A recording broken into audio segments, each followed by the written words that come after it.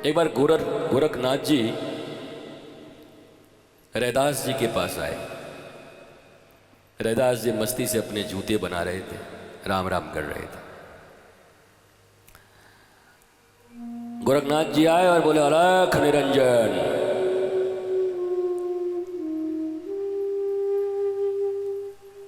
रैदास जी इतनी मस्ती में थे कि उनको कुछ नजर आया नहीं। जो खप्पर सामने किया था वो जल निकाला और उसमें डाल दिया, उसी में कुछ तो देना था। गोरखनाथ जी को देखो, ये अच्छा बुरा मत समझना, दोनों महापुरुष हैं, ये लीला करते हैं हमें तुम्हें समझाने के लिए। हम तो ऐसे मूर्ख लोग हैं जो रामायण में भी कमी निकाल दे रहे हैं, गीता में भी निकाल दे रहे हैं। गीता रामायण हमको ठीक बनाने के लिए बनाई गई है।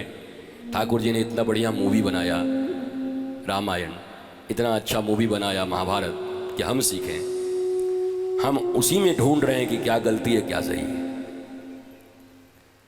हम उन चरित्रों के अनुसार अपना चरित्र बनाने का प्रयत्न नहीं कर रहे। राम की तरह राजा, राम की तरह बेटा, राम की तरह बनवासी, राम की तरह अनुरागी, राम की तरह प्रेमी, शत्रुओं के साथ भी कितना संयमित व्यवहार करने वाले श्री राम, हम ये नहीं सीख रहे। सौतेले भाइयों के बीच अयोध्या की गद्दी फुटबॉल बन गई है, वो उसको दे रहा है, वो उसको दे रहा है, ये हम नहीं सीख रहे। बुद्धि में 2024 हावी हो गई है, कुछ भी बोले जा रहे हैं, जो मन वही बोले जा रहे हैं। रामायण भी 24 के अनुसार पढ़ी जा रही है, गीता भी 24 के अनुसार पढ़ी जा रही है। महाराज अद्भुत लोग हैं। तो गोरखनाथ जी के मन में बड़ा विचार हुआ, बताओ महाराज चमड़ी का पानी दे दिया, संत बन गए बड़े लेकिन बुद्धि नहीं हुई। और वो जल लेके चले गए। कहीं ना कहीं तो भिक्षा करनी थी, कुछ लेना था। कबीर के द्वार पहुंच गए।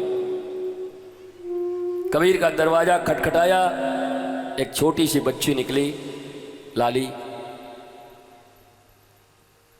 बोला कुछ दे अलख निरंजन। बोला बाबा तो है नहीं। दौड़ के लाई। बोला पहले ये जल जो है ना ये हटा दे, ये गंदा है इसको। तो गोरखनाथ जी के खप्पर में जो जल था वो जल लेकर कबीर की बेटी कमाली ने पी लिया। और गोरखनाथ जी के खप्पर की एक विशेषता थी कि कोई भर नहीं सकता था उसको। बड़े चमत्कारी संत थे महाराज। चाहे ट्रकों के ट्रक गोदाम से ला करके उसमें अनाज डाल दो, चाहे इतना डाल दो, इतना खाली रहेगा, ठीक पुष्पक विमान की तरह। हजारों आदमी बैठ जाएं फिर भी एक सीट खाली रहेगी। गोरखनाथ जी को लाली ने कुछ दिया, वो पाए और चले गए। अब 20 सालों के बाद वही गोरखनाथ तत्कालीन भारत के मुल्तान शहर में, तब तो ये पाकिस्तान बांग्लादेश से सब बेचारे कहाँ थे, ये हम ही को काट काट के तो सब बन गए। मुल्तान हमारा ही जगह था। इसलिए जब मैं ये अधूरा गा के छोड़ देता हूं तो लोग हमारी तरफ ऐसे देखते हैं, ये पाकिस्तान के मुल्तान का नाम क्यों लिए। उनको ये भी पता नहीं कि बीच में गोरख जुड़े हुए हैं, तो उनको समझना चाहिए कि डिवाइड कब हुआ है।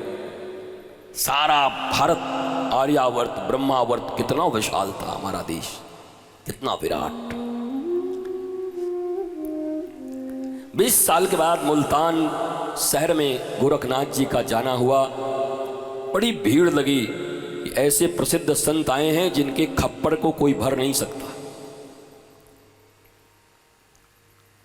तो एक युवती निकली, गोरखनाथ जी आए और गोरखनाथ जी के खप्पर में उसने कुछ चावल डाले और चावल इतना गया कि बाहर गिरने लगा। गोरखनाथ है, कौन है तू? इस दुनिया में गोरख के खप्पर को भरने वाला कोई पैदा नहीं हुआ, तू कहां से आ गई, कौन है? तब उसने कहा, गोरख काका पहचाने नहीं, मैं हूं कमाली, कबीर की बेटी, हमारा ब्याह मुल्तान में हुआ है। बचपन में आप मुझसे मिले थे, भूल गए? और ही तू है? बोला हाँ। ये बात तो ठीक है, पर तेरा बाप मेरा खप्पर आज तक न भर पाया, तू कैसे भर दी? कबीर भी नहीं भर पाए, तू कैसे भर दी?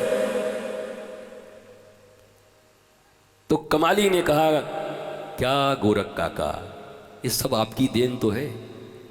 आपने बचपन में जो अपने खप्पर का जल मुझे पिलाया ना, उसके बाद से तो मेरे हाथ में अन्नपूर्णा बस गई है। मिट्टी छू दूं तो सोना हो जाती है। आपके जल की कीमत मेरे जल की। ओ गोरखनाथ जी को लगा बड़ा भूल हुआ भाई, ये तो है तो सिद्ध योगी खेचर, योग के माध्यम से आकाश में गमनागमन करते हुए तत्क्षण फिर पहुंच गए जहां रैदास जी बैठे हुए थे। मुल्तान से सीधा यहां लैंड कर गए और आकर के आज 20 साल के बाद भी रैदास जी फिर वही काम कर रहे हैं। अपना कठौती में अपना चमड़ा रख करके जूते बनाने में राम राम श्री राम राम मंत्र जप चल रहा है और अपने काम में लगे। जब गोरखनाथ जी ने आकर फिर से कहा, अलख निरंजन भिक्षाम देहि, रैदास जी ने आंखें उठाई नहीं ऊपर, नीचे बस ऐसे ही जूते बनाते रहे और उनके मुख से एक संगीत की धारा फूट पड़ी। जब दिया तब पिया नहीं,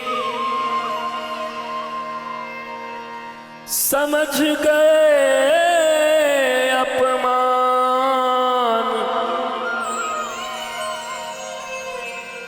अब यहाँ क्या ढूंढे गोरख,